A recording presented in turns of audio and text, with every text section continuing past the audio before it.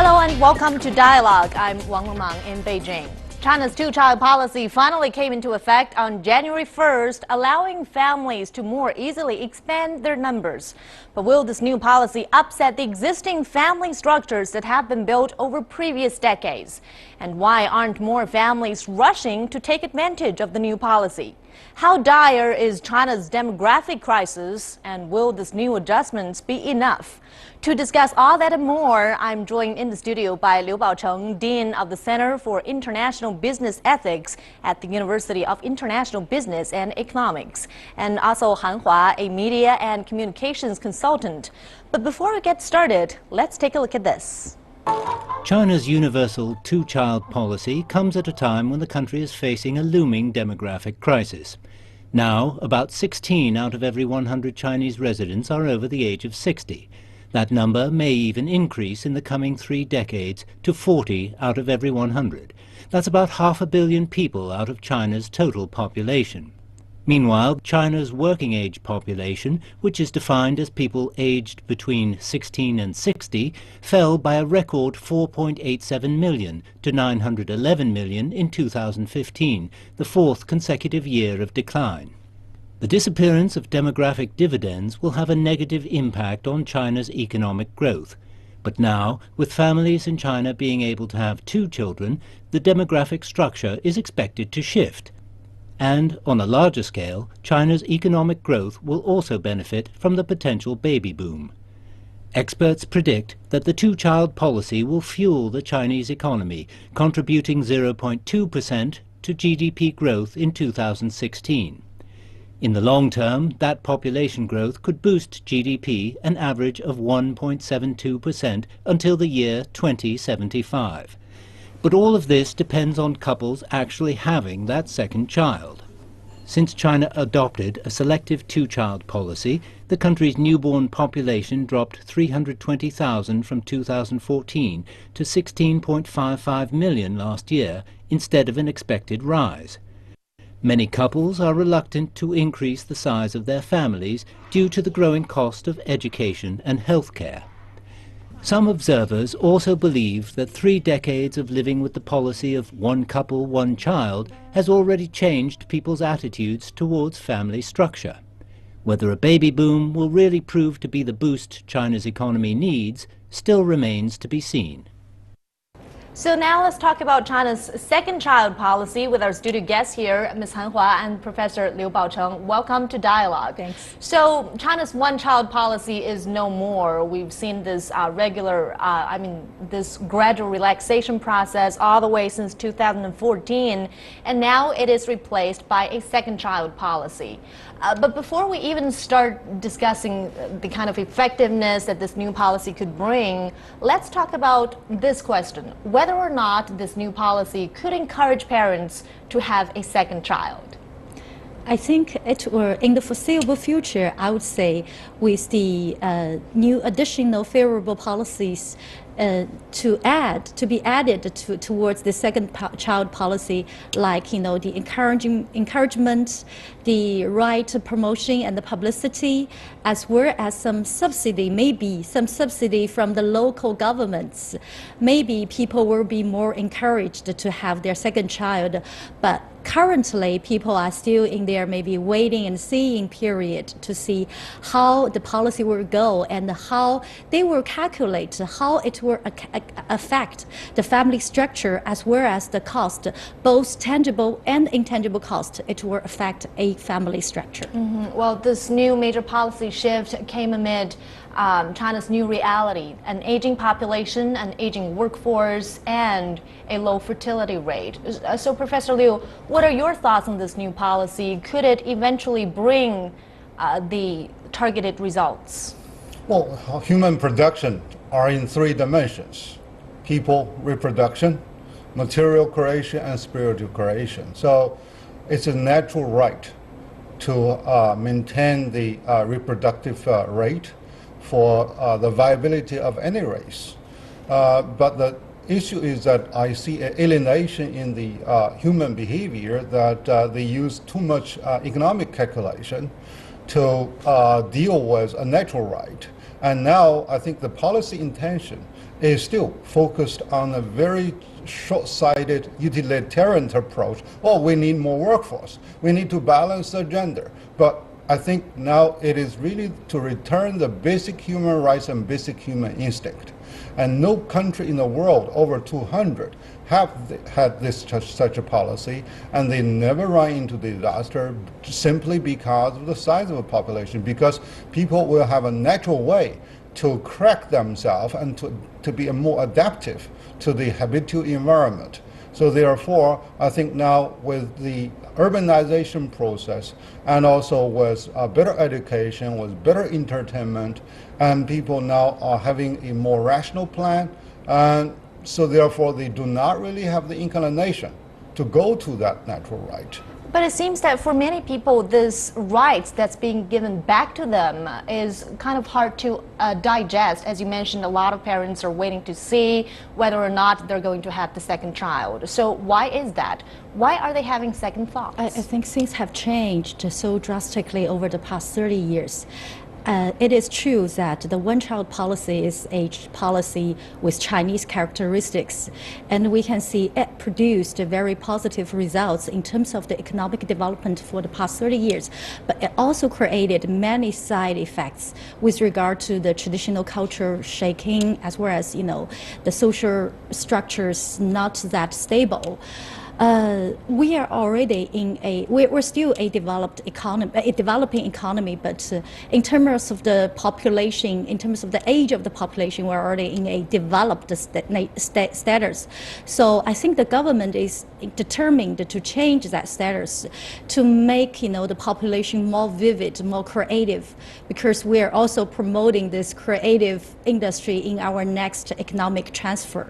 So this is the background of we proposed the one-child policy in the past, in the 30 years ago, but now we're proposing the second-child policy. I would predict that in the future, there may be more lift, more loosening up towards this policy, like Professor Liu just mentioned that. It's the human rights. Mm-hmm. The government is doing the right thing to give the rights, the birth rights, the raising child rights back to its people. So it's a good intention, and it's a good trend. But how to manage this, how to manage people's expectations with regard to raise the one more child in the family, I think it needs both the joint efforts, both from the family members themselves as well as the society, the governments. Now, the impact of this second child policy could work on family level as well as the social level. So on the family level, Professor Liu, what are your views on this new policy, and how could it change family structures in China? Yeah, family composition will definitely be altered with the addition of siblings. Number one, the siblings have sort of a rivalry position, because they are all fighting for the attention. What we call it, family has the triple E resource: emotional resource, educational resource, and economic resource. So there's the hypothesize, particularly the firstborns, are really feeling sort of envious and a sort of anxiety over the coming rivals. As a matter of fact, it also creates a sort of anxiety among the parents, because they need to create more resources. So I could see that this is really not very true, simply because it's hypothetical. Number one is that resources can be created when parents have more motivation to earn more money, and also they can really better arrange the time to have more shared time among more kids. And also the kids, they fight, but they are like kittens fighting in the fighting in the bedroom, so they are not really there to hurt. But actually, this type of fighting can really train their skills. So it seems that providing all these resources, as you mentioned, all comes down to the parents. They really shoulder the bulk of the burden. And that's why a lot of them are having second thoughts, thinking that maybe I should wait and see, maybe the financial burden is too much that I cannot afford. And sometimes it's more just about money. Well, look at how many pets are running around in the cities. So which means the parents also need some life around them, to communicate them, to express people's compassion over something that is alive, that is more interactive. So I think it's really a sort of filling the hole with more pets. And we also see many low-income families, simply because of the birth control, they are raising more pets. And so therefore, I think now with the loosening of such a policy, we really fill the gap. So I think now more, it's kind of interesting that the additional siblings will really fight a more rival with the pets than their firstborns. Professor Liu, as you mentioned, pets are running out on the streets, and then there's this rival relationship between pets and children. But a lot of parents who are not going to have children, but who at the same time keep pets, would say that you don't need to educate your pets. I mean, it's a lot easier to have a pet than raise a children, paying for the education, being responsible for his or her whole life. Well, it's a family inventory. It's a matter of investment. So I think it's more sure than to invest in the Shanghai Stock Exchange, because number one is that human resource is not only a societal one but also a familial one, and particularly when the study has shown that hardship can really bring siblings together even tighter. And actually, the recent psychologist, Stanley Hall, she said, being only one child is a disease by itself, because you do not really learn how to solve problems. You do not learn how to really build the mediation skills with peers.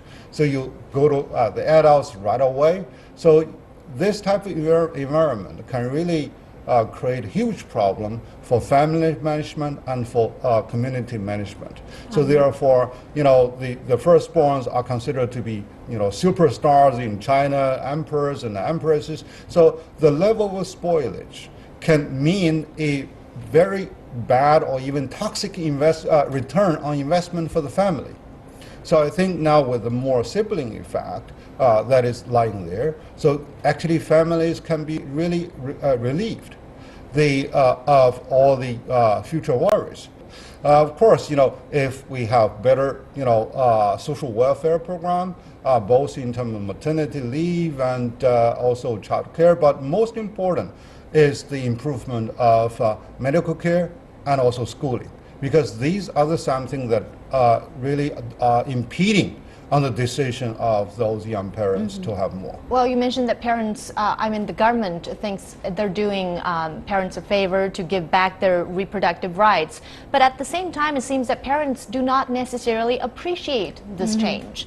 Parents reacted very differently to this new policy change. Many were racing against time to try to get pregnant, while others were like, 2 kids, thank you, but no.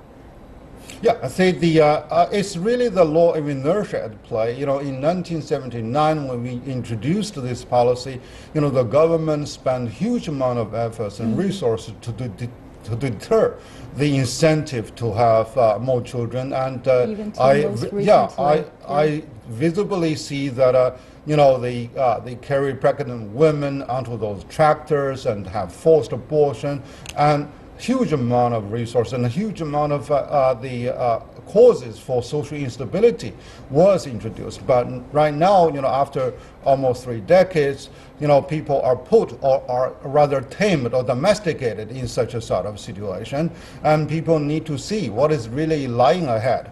So it's just suddenly you open a window and people feel dizzy. They do not know which direction they should move in. Just in case then they may fall, onto the floor. But I think eventually people, if they really do see the benefit, they do see a certainty in the family planning ahead. It's not really control, it's really planning. So I think they will make a favorable decision. This exactly shows how government and what government should do, towards the real encouragement. Like you said, the young parents may not appreciate this policy immediately or just appreciate it verbally. But at the end of the day, when they count and when they calculate the investment or the portfolio in one family, and they think everything will be more certain with regard to the schooling, with regard to the parenting and the medical care, child care, or even when they enter into an aged population, how they would be taken care by the society. When they calculate this too well, they think this might be a good choice, a better choice, and then they will just appreciate, they were given back the birth rights to themselves. And the policy comes into at the period of the world, the trend is in a declining, population, declining stage of giving birth to more children in one family. Even in the Western countries, like in Europe or in America, families tend to have less children compared to the last and the previous generations. So this is the world trend. I think China needs to do is to figure out, how we calculate our own formula right and well to maintain our economy, to maintain our country still, to be a vigorous, a more creative nation by the creation of the new generation, new population. Well, whether or not to have a second child is a personal choice, but many would argue that it's important to at least have this option. Yes. Well, now let's take a short break. You're watching Dialogue. We'll be back right after this. Welcome back to Dialogue. Now let's keep talking about the social and family impact of the second child policy. Well, earlier in the show we mentioned that families do feel the burden, not only financial burdens, but also in terms of energy and time. And a lot of parents are trying to find excuses, citing environmental concerns. So in the long term though, Ms. Han, you are a mother. How would you evaluate the benefits that having a child, raising a child, and being a parent could bring to your life? Like I said just now, parenting is a challenge. Parenting is also a very steep learning curve for me, from my personal experience. So it's not only a family extension to the next generation, but also being a parent, you can open a world to something new that you will never experience if you are not a parent. No offense at all. So my personal experience was raising between, the difference between raising one child or thinking of whether to have one more child in my family.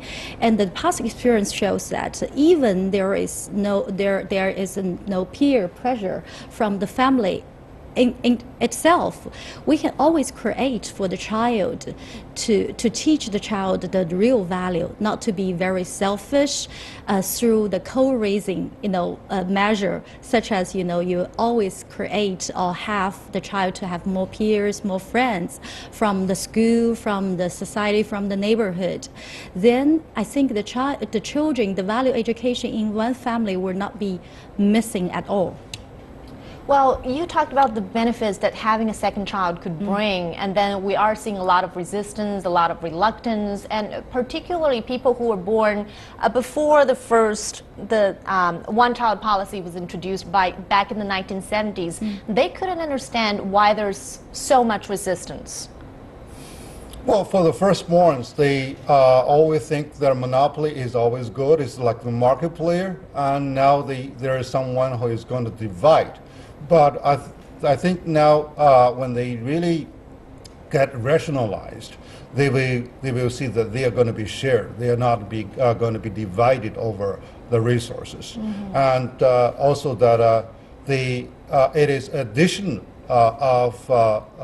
contribution to the resources now because they have a sibling, they have a companion, and compared with any other kindred relations, the siblings, they enjoy the longest time in life. You do not have such a long time with your parents. You don't even have such long shared time with even your children. But because they move in parallel in life, so that's something very important. And another worry is that I think which is justifiable, because for many of the firstborns who are already 20 years old, And suddenly, if they have a small baby that coming down who call him elder brother, or elder sister, that's something that's really uneasy. So how important is the sibling love or brotherhood? How important is it to really hold a family together? Well, it definitely going to enhance the family gravity. I think one thing that people will soon notice, that will create another bondage to really to have the family intact, because the divorce rate is already getting very high, and to have another child is really a bond between parents per se, and also a bond with the extended family, with the elder parents. So that's a stabilizer in the society. So that's one very important thing. And the other is that another benefit is that siblings, when they learn the skills in a playroom, fighting with each other, they will go to the playground, and then they will go to the society so that they can have more skills. It's just like cats, when they learn all the skills, fighting with each other, they are better at, catching a mouse. And yes, they may rival, but I think the care of love is human. And of course, the parents will intervene, if they are there to kill each other, but that's not really a very popular case. And how does this traditional value of brotherhood, of sibling love, really fit into the bigger picture in the society? How important is it for social development as a whole? I agree with Professor Liu that it's the skills they learned in a playground that they were bring into the society. And actually, the brotherhood or a bigger family, shared responsibilities as well as the obligations are part of Chinese traditional culture. So I feel very positive that with the new policy, with the second child policy or even more children policy, that this traditional value will be kept and will be maybe enlarged in the social development in the long run. But in the long term, when the government was aiming to cope with this new reality of the aging population and aging workforce, what could the second child do in the long run to promote the healthy development of the Chinese economy? It's first thing first, the baby products will be booming in the next a couple of years. Babies mean good business. Yeah, good business. And then after that, followed by the education industry as well as other industries to be encouraged by this second child policy. So it will, because at the end of the day, it's not the robot or internet who's doing the consumption. It's the people, it's the human being who's doing the consumption, and it's the consumption that China needs to make the second economic boom or the transfer towards a healthy and longer term economic development. So the consumption, the government or the nation really needs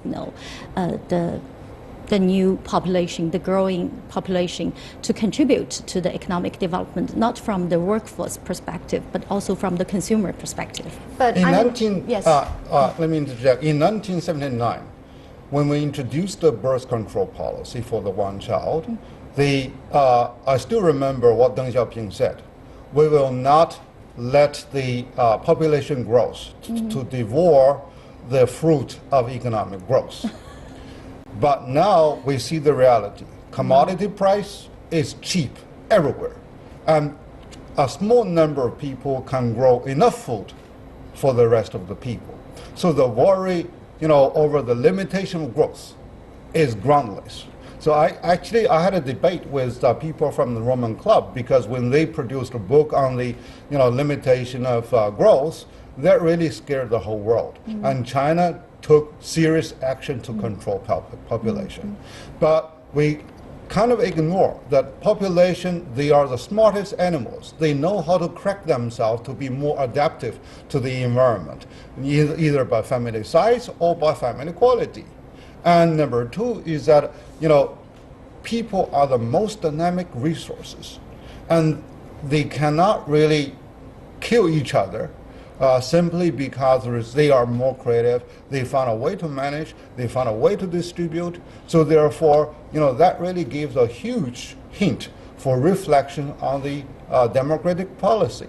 But of course, when we look ahead, so right now the aging population is already 14%, and we're going to see it's almost going to 20% by 37. So this is really an ailing structure of the demographic structure, and now it is even more crucial for China to balance, at least to minimize the imbalance, because we are still a developing country. If you compare with Japan and Germany, this is really more scary for China if we continue this one. But we have to wait for a few decades, couple of decades, for this generation of newborn babies to really be old enough to join the workforce. So should there be a gap, a vacuum period between now and then? Yes, replenishment requires time. So, but I think that's right. I really pay salute to this government. They realize the problem. They know that the one-child policy was overdosed to control the population growth, and it's never too late to correct it. Yes. So I think once we realize that, given the rising shortage of labor force, given more of the, say, national treatment among the Chinese people, because we really took advantage of the hukou system. We have more of the rural population as demographics, but rather than the number of people, but it's based on the sort of a caste system, in China. So this should not be there. So we need a quality growth, and we need to invest. It's like growing trees. You do not need to harvest fruit for next year, but it's a sure way to do it. So why don't you do it now? So it's worth the waiting. And what are your views on the future of the second child policy? I really share Professor Liu's confidence in terms of that human beings are smart enough, and Chinese people are maybe even smarter, because before you become the workforce, just like I said, the value chain, you become the consumers first, right? And that part can also contribute to the economic development. So in the long run, I also believe that the government will need to put more measures into actions to encourage this kind of speed can be accelerated. The process can be accelerated, so the cycle may not need to wait a few decades, but maybe in 1 or 2 decades. Yeah, so if you face more children, actually you have a better sense of responsibility, and you're more motivated to work. Yeah. So that immediately can spur the existing workforce to work harder and work smarter. So this is an immediate contribution, because you have more responsibility. Raising a child could be a long-term investment for both the family and the government. Thank you so much. And a healthier portfolio. Healthy and sustainable. All right, thank you so much for your insight on this. We really appreciate it. And now with that, we come to the end of this edition of Dialogue. I'm Wang Mengmang in Beijing. Thanks for being with us. See you next time.